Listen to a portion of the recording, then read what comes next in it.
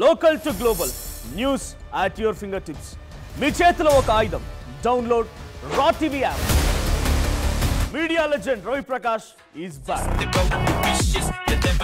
అనుకోకుండా సడన్ గా పెట్టినటువంటి ఈ ప్రెస్ మీట్ కు కొందరు చదువుకున్నారో లేదో వాళ్ళు చూసుకున్నారో మెసేజ్ లేదో తెలియదు, కానీ వారికి కూడా దయచేసి ఒక మిత్రునిగా వారికి కూడా ఫార్వర్డ్ చేయండి అని చెప్పి మనం చేస్తూ, సంక్రాంతి రాగానే ఓ బ్యాచ్, దీపావళి రాగానే ఇంకో బ్యాచ్, ఇట్లా ఈ బ్యాచ్ల వైజ్ దిగుతుంటాయి. ఎందుకంటే మేము కూడా ఉన్నామని చెప్పుకోవటానికి. అలాగనే హరీష్ రావు గారు నిన్న వచ్చిండ్రు. వచ్చి మాట్లాడిన మాటలు చూస్తే ఆయన కోమంలో పోయినట్టు నాకు తెలిసైతే వాళ్ళు పెట్టే మరదలు పెట్టే టార్చర్కు కోమంలో పోయినాడు ప్రస్తుతానికి అయితే నాకు తెలిసి. సిసిఎల్ రిలేటెడ్ బై స్టేటా సెంట్రల్ గవర్నమెంట్ కానీ వ్యత్యాసం కూడా తెలియని వ్యక్తి.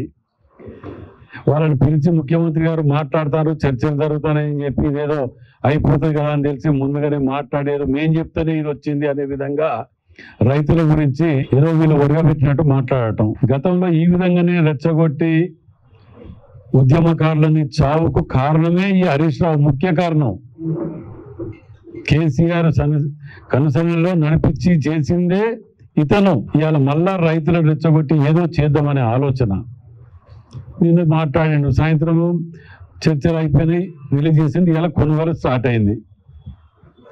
ఇవన్నీ ఏంటంటే గాడ్లో బాణాలు అయితే మేము చేస్తేనే వీళ్ళు చేసిండ్రు అని చెప్పుకోవటానికి ఇదో రకమైన ఇది చేయటం. చరిత్ర ఒకటి సెంట్రల్ గవర్నమెంట్లో ఉన్నటువంటి వారికి అక్కడికి ఏజెంట్ అనేది క్లియర్ గా ఇదివరకు ఎప్పుడో చెప్పినాం మేము. ఇవాళ కూడా మీ మరదలు గారే ఏజెంట్, తను కేసులో పెట్టి ఇరికిచ్చింది అని చెప్పి ఆమె చెప్పబట్టే.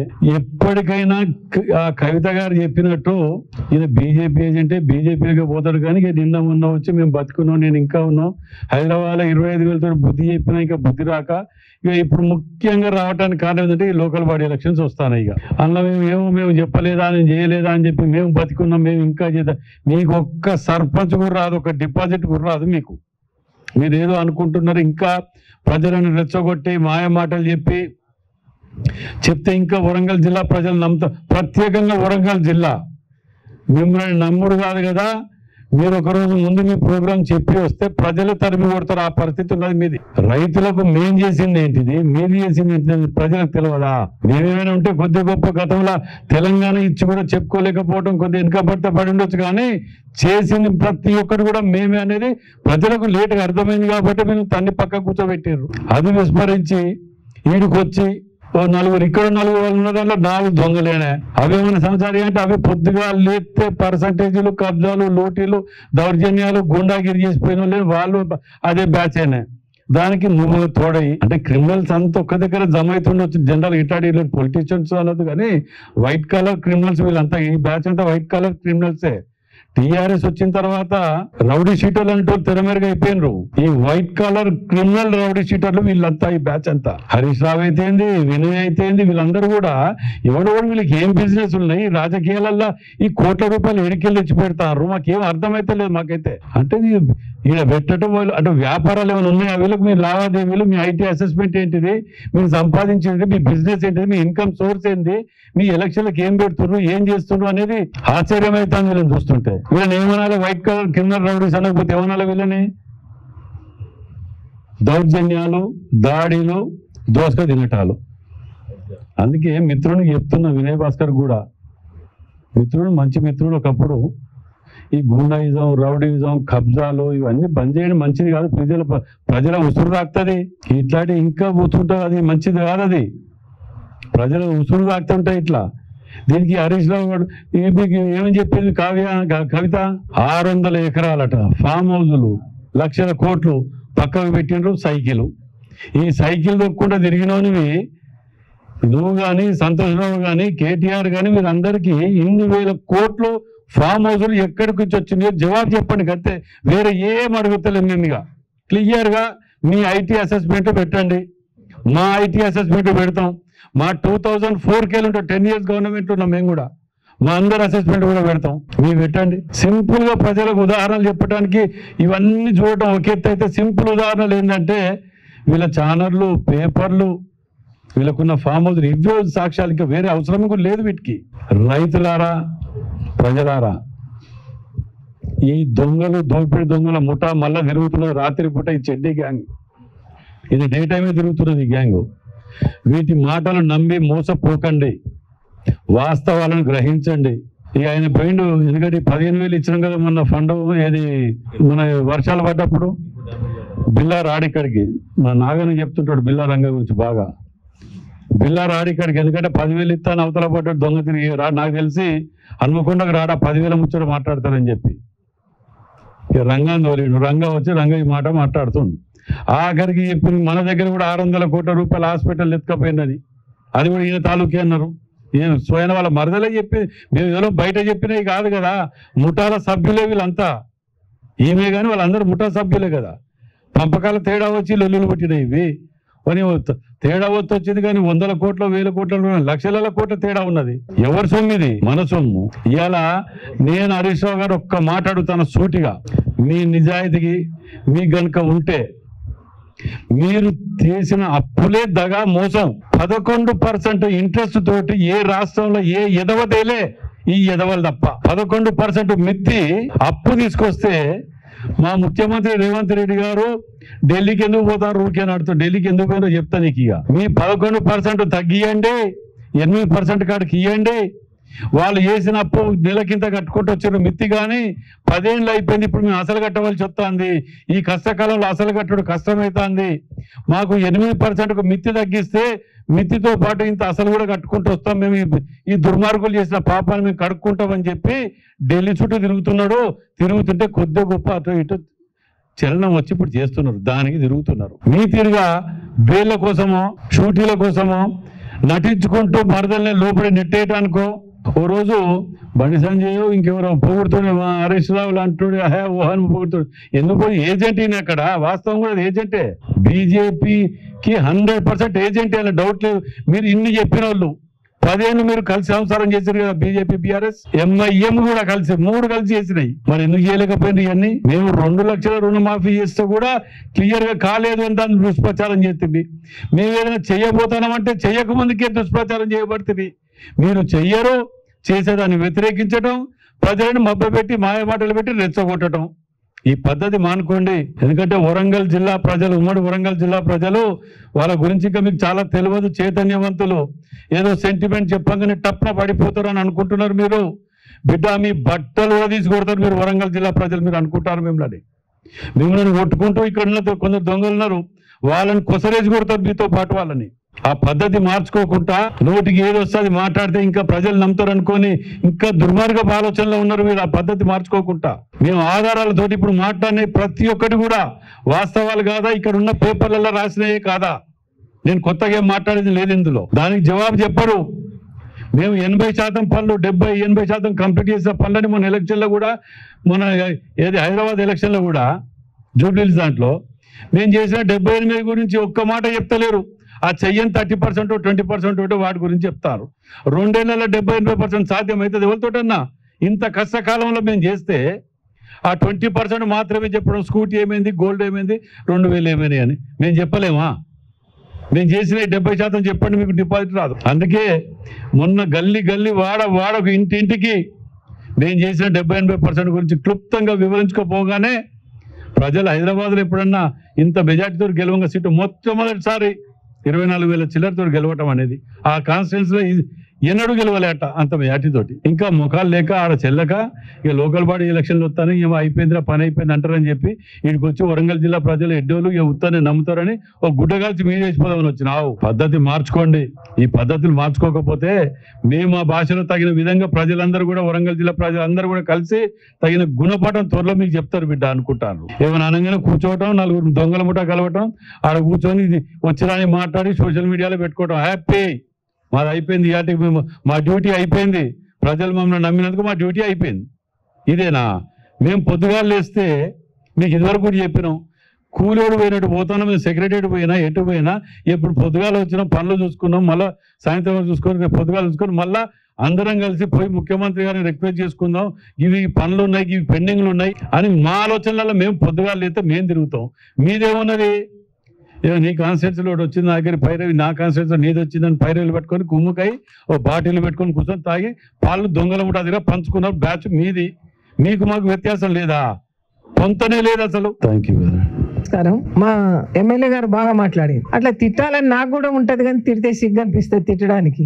ఇంకా బాగా తిట్టాలి వాళ్ళని. హరీష్ రావుకి ఎందుకు సిగ్గు లేకుండా మళ్ళీ ఇప్పుడు హైదరాబాద్ లో ఓడిపోయిన తర్వాత తండ్రి చనిపోయిండు, 15 రోజులు కాలేదు, వచ్చి వరంగల్ మీద పడతానని ఏంటయ్యా నీ ఉద్దేశం అని నేను అడుగుతాను. ఏం చేస్తానని వచ్చినావు ఇక్కడికి? రైతులను మీరు జైల్లో వేసింది మర్చిపోయినరా? ఖమ్మం రైతులను అందరినీ కూడా అప్పుడు మీరు జైలుకి పంపిస్తే బేడీలు వేసి పంపించింది మర్చిపోయినరా? ఏ ఒక్క రైతు కూడా మర్చిపోడు మిమ్మల్ని. మరి ఇవాళ వచ్చేందో రైతులు ముసలి కన్నీరు గారుస్తూ కాంగ్రెస్ పార్టీ వాళ్ళు చేస్తలేరు, రేవంత్ రెడ్డి గారు చేస్తలేరు అంటున్నారు. సిసిఐ ఎవరు చేయాలయ్యా? ఇన్ని రోజులు మినిస్టర్ గా చేసినావు, నీకు ఆ తెలివి లేదా? ఏమన్నంటే రేవంత్ రెడ్డి మీద పడేయడం, కాంగ్రెస్ పార్టీ మీద దుష్ప్రచారాలు చేయడము, దీనికోసమేనా నువ్వు ఈ పార్టీలో ఉంది, టిఆర్ఎస్ పార్టీలో ఉంది? మీరు చక్కగా చేసి మేము చేయలేదంటే మీరు ఏమన్నా ప్రజలు నమ్ముతారు? అసలు మీరు ఏం చేసిందే లేదు. రైతుల కోసం మీరు చేసిందేందో చెప్పమంటున్నాం. రైతుల కన్నీళ్లు గారిస్తే మీరు ఆ కన్నీటిని పన్నీరుగా జల్లుకొని జలసాలు చేసిండ్రు మీరు. కానీ ఇవాళ రైతు రాజ్యం, రైతు బతుకుతేనే ఇక్కడ తెలంగాణ ఉంటుందని మేము గట్టిగా నమ్మిన వాళ్ళం. మేము ఇలాంటి కార్యక్రమాలు చేసుకుంటూ పోతున్న వాళ్ళ మీద ఇక ముఖ్యమంత్రి ఏం చేస్తాడు? మూటలు తీసుకుపోవడానికి ఢిల్లీకి వెళ్తున్నాడు. మీకు దాచుకోవడం తెలుసు, మాకు మూటలు ముళ్ళలు తెలియదు. మాట ఏదైతే ఇచ్చినామో ఆ మాట నిలబెట్టుకోవడానికే పోతున్నాను తప్ప మరి ఇంకొకటి కాదు. అటు మరదలు తిడుతుంది, ఇటు అత్త తిడుతుంది నిన్ను. వీళ్ళందరు తిట్టంగా కూడా ఇంకా కూడా ఎందుకు నువ్వు ఈ పని చేస్తున్నావు అని అయితే మాకు అర్థం కావడం లేదు. వాళ్ళు ప్రజలకు సమాధానం చెప్పుడు కాదు, నీ మరదలకు సమాధానం చెప్పిన తర్వాత నువ్వు మళ్ళీ పార్టీ గురించి మాట్లాడు, ఇంకెవరి గురించి అయినా మాట్లాడు. నీ పార్టీలోనే నీకు చక్కదనం లేదు, వేరే పార్టీ గురించి మాట్లాడడానికి నీకేముంటది? నీ కుటుంబం ఆ కుటుంబమే పార్టీ. మరి ఇంకా వేరే ఎవరు ఉన్నారా? బామ్మరిది ఉన్నాడు, మరదలు ఉన్నది, మా ఉన్నాడు, ఇంకో బామ్మరిది ఉన్నాడు, ఈయన. వీళ్ళందరూ కలిసి దోసుకోవడం ఎట్లా, దాచుకోవడం ఎట్లా, మళ్ళీ ఎలక్షన్లు వస్తే పంచడం ఎట్లా? మొన్న చూసిండ్రు, అది కూడా పని కాలేదు. చేసిన పని చెప్పుకోవడం వల్లనే ఇవాళ కాంగ్రెస్ పార్టీ మంచి మెజార్టీతో గెలిచింది. మళ్ళీ రాబోయే ఎలక్షన్లలో కూడా ఖచ్చితంగా ఇవ్వాలి చెప్తున్నాం. హరీష్ రావు కానివ్వండి, కేటీఆర్ కానివ్వండి, కేసీఆర్ కానివ్వండి, ఇంకెవరికైనా కూడా బీజేపీ వాళ్ళతో కుమ్మక్కై మీరు ఏది వేసినా కూడా కాంగ్రెస్ పార్టీ ఒక్క సీట్ అంటే ఒక్క సీటు కూడా మీకు వదిలిపెట్టేది లేదు.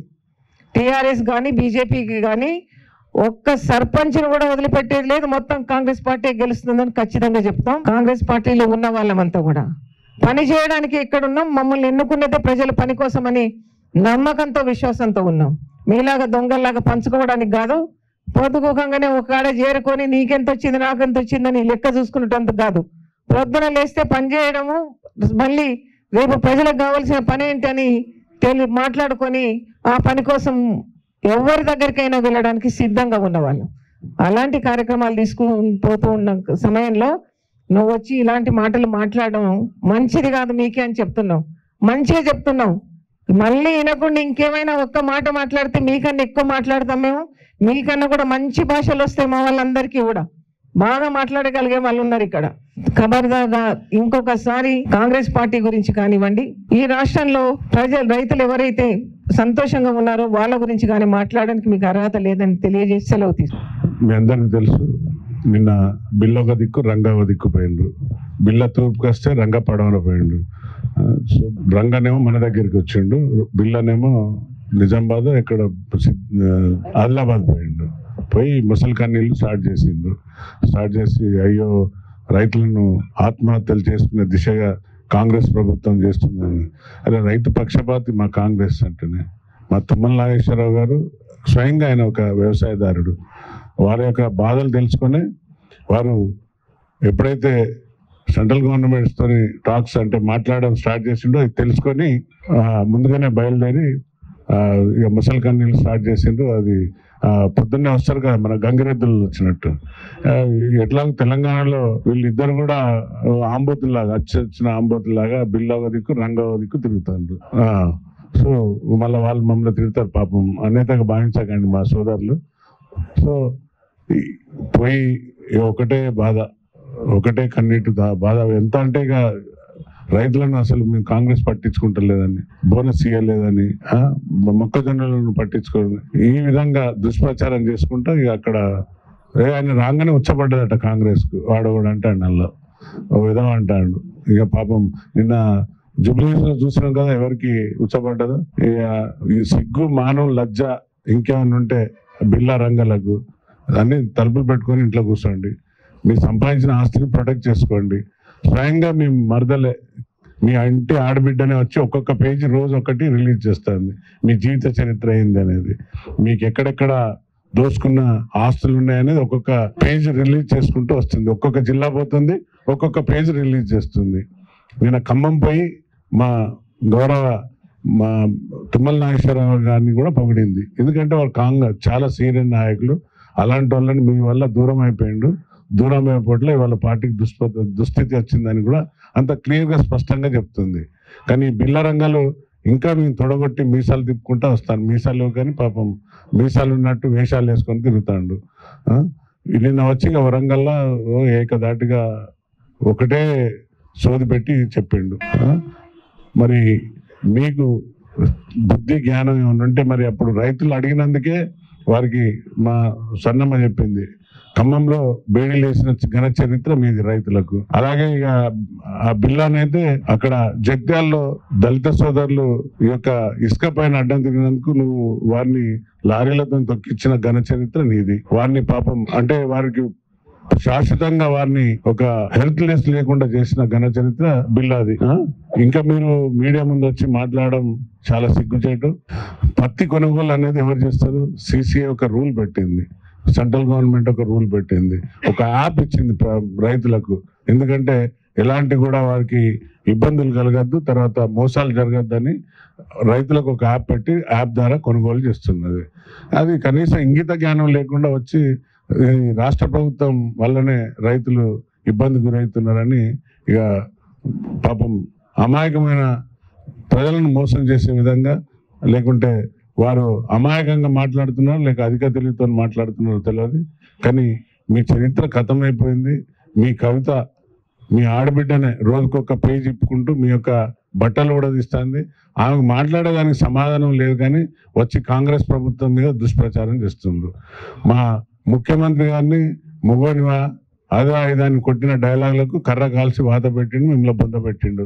ఇంకా దానికి ఇంకా ఇంకోసారి నువ్వు మొగోడైతే రా నువ్వు అని బజార్లో మాట్లాడి హేళన కాకు. అంతకుముందు కూడా చెప్పినా నువ్వు మొగోని కాదా కాంగ్రెస్ పార్టీ వాళ్ళు అంటే ఒకసారి మా దగ్గర రమ్మని చెప్పినాం, ఇక్కడికి వరంగల్కి వస్తే మా నాయనన్న నేను ఇద్దరం చూపెడతాం. అది కూడా చెప్పిన ఏమేమి చేయాలో అవన్నీ చేస్తాం. థర్డ్ డిగ్రీ ఎట్లుంటుంది, తర్వాత ఇంకో డిగ్రీ ఎట్లుంటుందో చూపెడతాం మేము.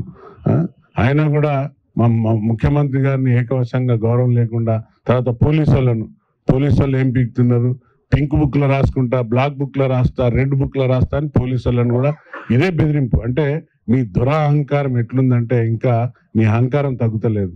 పోలీసు వాళ్ళని నువ్వేం చేయలేవు, నేనేం చేయలేవు, ఏ పార్టీ కూడా ఏం చేయలేదు. కాకి ఎప్పుడు కూడా కాకే ఉంటుంది. వాళ్ళు చేసేది వాళ్ళ డ్యూటీ చేస్తారు. మీరే కదా ఇన్నాళ్ళు 10 ఏళ్ళు కాకిలను అడ్డం పెట్టుకొని వాళ్ళను మీరు ఫోన్ ట్యాంపింగ్ తర్వాత ఎన్ని చేయలేదు. అందరు జైల్లో ఉన్నారు, మగ్గుతున్నారు. ఇప్పుడు మళ్ళా వాళ్ళని పోలీసు వాళ్ళను ఏదో భయపడితే తాటాకుడు చెప్పుల్లో కుందేలు భయపడతాయా? ఈ విధంగా డైలాగులు కొట్టు మానుకో. మేము మా ముఖ్యమంత్రి గారు సంక్షేమ పథకాలు ఇచ్చే దానిపైన మేము ఎప్పుడు కూడా ప్రజలకు పోతున్నాం, ప్రజల వద్దకు పోతున్నాం. రైతులు అమాయకులు కాదు, మా రైతులను ఆదుకునే ప్రభుత్వం ఇది. 100% పత్తి రైతులు కానివ్వండి, మొక్కజొన్న రైతులను కానివ్వండి, మొన్న వచ్చి మా ముఖ్యమంత్రి గారు ఇమ్మీడియట్లీ ఏరియల్ సర్వే చేసి రైతుకు 10,000 ఎకరానికి ఇచ్చిండు. కనీసం ఇంత ఇంగిత జ్ఞానం ఉన్నదా మీకు?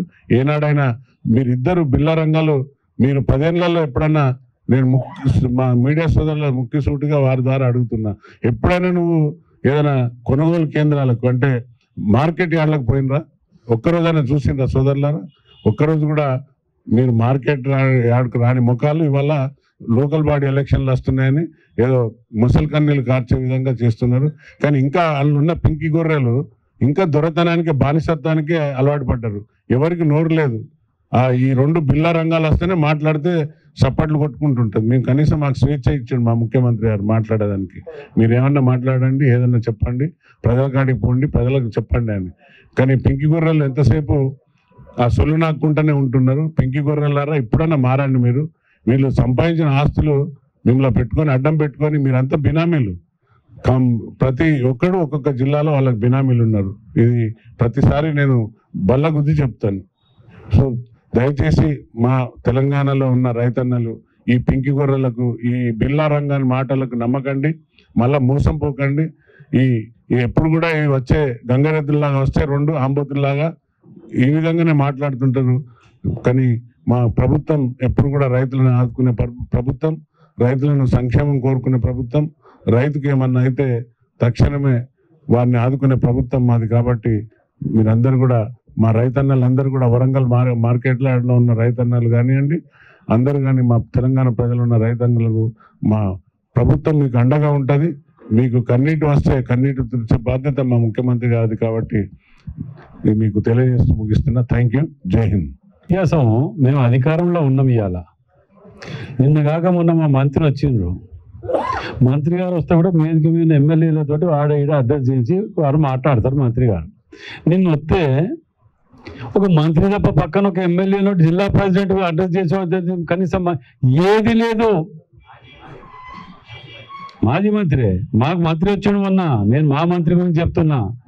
మా మంత్రి వచ్చినప్పుడు ఎమ్మెల్యేలు అందరం కానీ, జిల్లా ప్రెసిడెంట్గా కానీ మేము అందరం కూడా అడ్రస్ చేస్తాం జనరల్గా.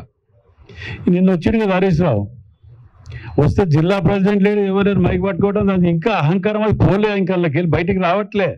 అందుకే ఇప్పుడు ఫైనల్ క్లిప్పింగ్ ఏంటంటే మంచిగా వినండి.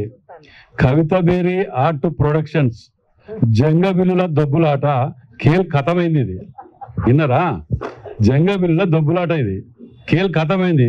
మేము కూడా బతుకున్నాం అయ్యో అని ఆ మునిగేటప్పుడు చెయ్యి బయటకి పెట్టి తలకాయ ఇట్లా పెట్టి ఊపుతూ ఉంటాడు, నీళ్ళలో పడ్డాడు.